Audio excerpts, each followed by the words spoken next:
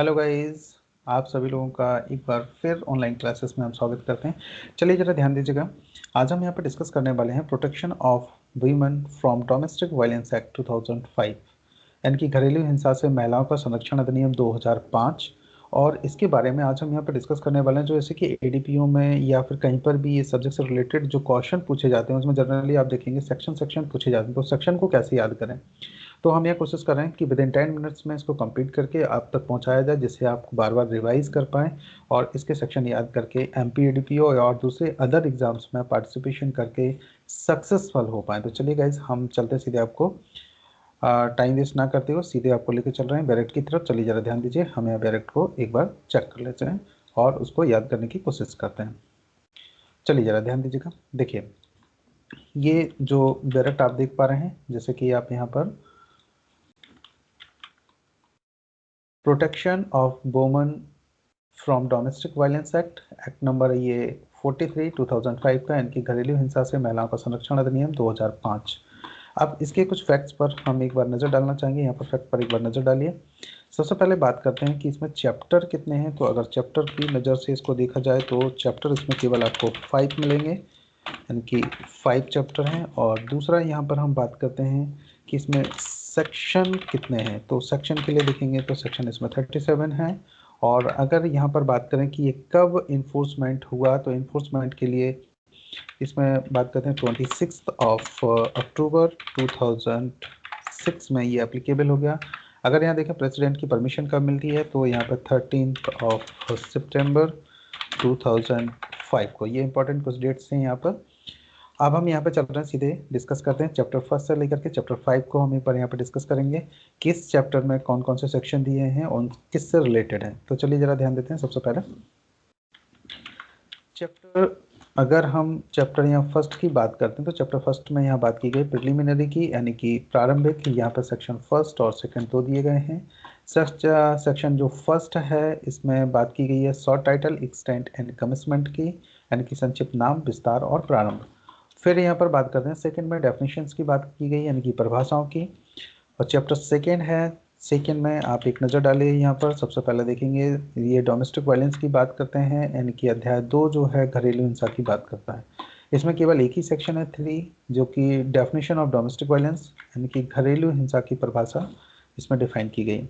अब हम बात करते हैं चैप्टर 3 की। तो चैप्टर 3 पर एक बार हम अगर नज़र डालते हैं तो सेक्शन 4 से लेकर के ये 11 तक यहाँ पर डिफाइन किए गए हैं, जैसा कि आप यहाँ पर देख पा रहे हैं। और सेक्शन 4 से लेकर के 11 तक इसमें डिफाइन किए गए सेक्शन। तो चैप्टर 3 पर एक नज़र डालिए। ये जो रिलेटेड है संरक्षण अधिकारियों, सेवा प्रदाताओं आदि की शक्तियाँ और कर्तव्य। इंग्लिश मीडियम के जो लोग हैं ध्यान दीजिएगा। चैप्टर 3 यानी कि powers and duties of protection officers, service providers, etc. अब यहाँ पर ज़रा ध्यान दीजिए। सेक्शन 4 यहाँ जो रिलेटेड है वो बात की गई है यहाँ पर information of protection officer and exclusion of liability of इंफॉर्मेंट, यानी कि संरक्षण अधिकारी को जानकारी का दिया जाना और जानकारी देने वाले के दायित्व का अपवर्जन। सेक्शन 5 पर अगर हम ध्यान देते हैं तो देखिएगा, एक बार पढ़ के देखें। Duties of police officer, service providers and magistrate, यानी कि पुलिस अधिकारियों, सेवा प्रदाताओं और मजिस्ट्रेट के कर्तव्य। सेक्शन 6 पर एक बार नजर डालिए। ड्यूटीज ऑफ शेल्टर होम्स, यानी कि आश्रय गृहों के कर्तव्य की हम लोग यहाँ पर बात कर रहे हैं। सेक्शन 7 में नजर डालिए। ड्यूटीज ऑफ मेडिकल फैसिलिटीज, यानी कि चिकित्सीय सुविधाओं के कर्तव्य। सेक्शन 8 पर हम नजर डालते हैं। यहाँ बात की गई अपॉइंटमेंट ऑफ प्रोटेक्शन ऑफिसर, यानी कि संरक्षण अधिकारियों की नियुक्ति, जो कि सेक्शन 8 में डिफाइन किया गया। सेक्शन 9 की तरफ हम एक बार नजर डालते हैं। तो सेक्शन 9 पर नजर डालिए। Duties and function of protection officers, यानी कि संरक्षण अधिकारियों के कर्तव्य और कृत्य। अब यहाँ पर ध्यान देते हैं सेक्शन 10 पर। सेक्शन 10 में बात की गई सर्विस प्रोवाइडर्स की, यानी कि सेवा प्रदाता की। और सेक्शन 11 में बात की गई ड्यूटीज ऑफ गवर्नमेंट, यानी कि सरकार के कर्तव्य। अब चैप्टर 4 पर अगर हम यहाँ पर नज़र डालते हैं तो चैप्टर 4 यहाँ पर डिफाइन किया गया है सेक्शन 12 से लेकर के 29 तक। तो देखिए ज़रा ध्यान दीजिएगा, ये रिलेटेड है chapter 4 procedure for obtaining orders of reliefs, यानी कि अध्याय 4 अनतोषों के आदेश अभिप्राप्त करने के लिए प्रक्रिया, जो कि सेक्शन 12 से लेकर के 29 तक ये डिफाइन किए गए। तो चलिए जल्दी सबसे पहले हम लोग देख लेते हैं सेक्शन 12 में क्या दिया है। सेक्शन जो 12 की हम लोग बात करते हैं, यहाँ पर बात की गई एप्लीकेशन टू मजिस्ट्रेट, यानी कि मजिस्ट्रेट को आवेदन से रिलेटेड। सेक्शन 13 की यहाँ पर बात की गई है सर्विस ऑफ नोटिस, यानी कि सूचना की तामील की। सेक्शन 14 में यहाँ बात की गई है काउंसलिंग की, यानी कि परामर्श की। और सेक्शन 15 जो रिलेटेड है असिस्टेंस ऑफ वेलफेयर एक्सपर्ट, यानी कि कल्याण विशेषज्ञ की सहायता। सेक्शन 16 यहाँ पर रिलेटेड है proceeding to be held in camera, यानी कि कार्यवाहियों का बंद कमरे में किया जाना। ये बहुत वीआईपी सेक्शन है। सेक्शन 17 पर एक बार नजर डालिए। यहाँ पर बात की गई right to reside in a shared household, यानी कि साझी गृहस्थी में निवास करने का अधिकार।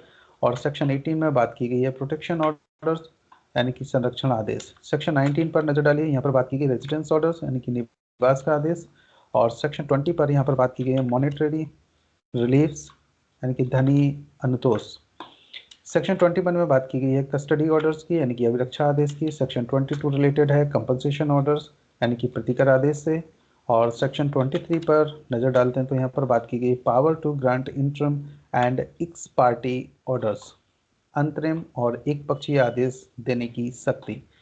सेक्शन 24 पर नजर डालते हैं court to give copies of order free of cost, यानी कि न्यायालय द्वारा आदेश की प्रतियों का निःशुल्क दिया जाना। सेक्शन 25 पर एक बार नजर डालिए duration and alteration of orders, आदेशों की अवधि और उनमें परिवर्तन।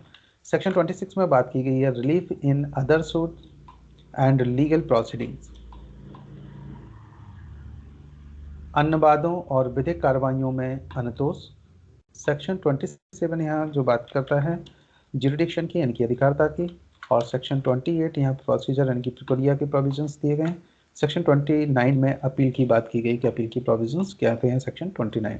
अब हम बात कर रहे हैं आखिरी चैप्टर 5 की, जो कि मिसलेनियस से रिलेटेड है, यानी कि प्रकीर्ण से। ये जो है सेक्शन 30 से लेकर के 37 तक डिफाइन किए गए। चलिए इनको एक बार नज़र डाल लेते हैं। ये 30 से लेकर के 37 तक हमको पढ़ना है। सेक्शन 30 पर नजर डालते हैं protection officers and members of service provide to be public servant, संरक्षण अधिकारियों और सेवा प्रदाताओं के सदस्यों का लोक सेवक होना। सेक्शन 30 में प्रोविजंस किए गए। सेक्शन 31 में नजर डालते हैं penalty for breach of protection order by respondent, यानी कि प्रत्यार्थी द्वारा संरक्षण आदेश के भंग के लिए शास्ति। सेक्शन 32 पर नजर डालिए कॉग्निजेंस एंड प्रूफ, संज्ञान और सबूत। सेक्शन 33 पर नजर डालिए penalty for not discharging duty by protection officer, संरक्षण अधिकारी द्वारा कर्तव्यों का निर्वहन ना करने के लिए शास्ति। सेक्शन 34 पर हम नजर डालते हैं। सेक्शन 34 पर एक बार नजर डालिए cognizance of offence committed by protection officer, यानी कि संरक्षण अधिकारी द्वारा किए गए अपराध का संज्ञान। सेक्शन 35 पर नजर डालते हैं protection of action taken in good faith, यानी कि सद्भावपूर्वक की गई कार्रवाई के लिए संरक्षण। सेक्शन 36 में नजर डालते हैं act not in derogation of any other law, यानी कि अधिनियम का किसी अन्य विधि के अल्पीकरण में ना होना। सेक्शन 37 पर नजर डालते हैं power of central government to make rules, केंद्रीय सरकार की नियम बनाने की शक्ति। ये टोटल सेक्शन थे जो कि 1 से लेकर के 37 तक आपने देखे। इनको एक नज़र में पढ़ने का केवल मतलब इतना था कि आपको सेक्शन याद हो जाएं। बाकी की डिटेल्स के लिए आप चाहें तो हमारे जो दूसरे वीडियो हैं वो आप देख सकते हैं। चैनल को सब्सक्राइब कर लीजिए। और हम यहाँ पर मध्य प्रदेश एडीपीओ से रिलेटेड जितने भी सब्जेक्ट्स हैं धीरे धीरे करके कवर करेंगे, चाहे वो एविडेंस हो, चाहे वो कोई सा भी सब्जेक्ट हो, सभी सब्जेक्ट्स को हम जल्दी से कवर करने की कोशिश करते हैं। सो गाइज उम्मीद है कि आपको ये जल्दी याद होने में थोड़ी सी हेल्प करेगा। बाकी ये सेक्शन में कुछ डिटेल नहीं है, आप भी अपने बैरेट से पढ़ सकते हैं। पर इसको पढ़ने के लिए ये है कि बार बार अगर आप इसे रिवाइज करते हैं तो सेक्शन आपको याद हो जाएंगे और एग्जाम में आप क्वेश्चन सही कर पाएंगे। सो गाइज मैं उम्मीद करता हूँ कि आपको पसंद आया होगा। सो नेक्स्ट क्लास में हम फिर मिलते हैं, तब तक के लिए ओके, बाय बाय गाइज।